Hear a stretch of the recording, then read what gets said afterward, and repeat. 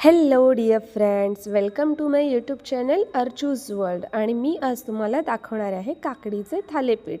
आज फ्रीजमध्ये बघितलं, भाजीला काहीच सापडले नाही. मग काकडी दिसली, घेतली ही काकडी किसून, बारीक कांदा चिरून घेतला, 2 वाटी ज्वारीचं पीठ घेतलं, 1 वाटी गव्हाचं पीठ घेतलं, अर्धी वाटी हरभरा डाळीचं पीठ घेतलं, अर्धी वाटी तांदळाचं पीठ घेतलं आणि 2 चमचे नाचणीचं पीठ घेतलं. त्यानंतर मिरचीचं पेस्ट घेतली, लसणाची आल्याची पेस्ट घेतली, लाल तिखट घेतलं, धनेपूड, जिरेपूड, तीळ घेतले, हळद घेतली, बारीक चिरलेली कोथिंबीर घेतली आणि अर्धी वाटी भिजवलेले पोहे घेतले.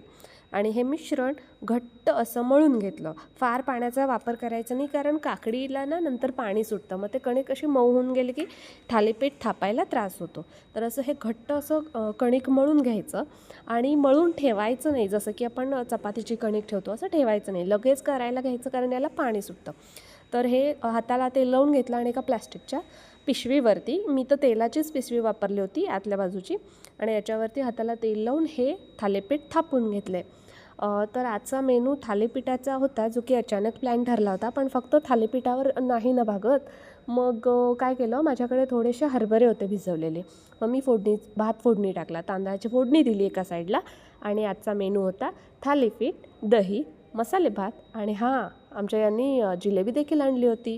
तर असा आजचा आमचा मेनू मस्त बेत झाला होता. अचानक प्लॅन, मस्त डिनरचा प्लॅन झाला. आणि हां, माझे थालीपीठ थापून झाले. हे मस्त तूप लावून किंवा तुमच्या आवडीनुसार लोण्याचा वापर करा किंवा तेलाचा वापर करा, ते भाजून घ्यायचे. इकडे माझा भातही फोडणी टाकून झाला होता.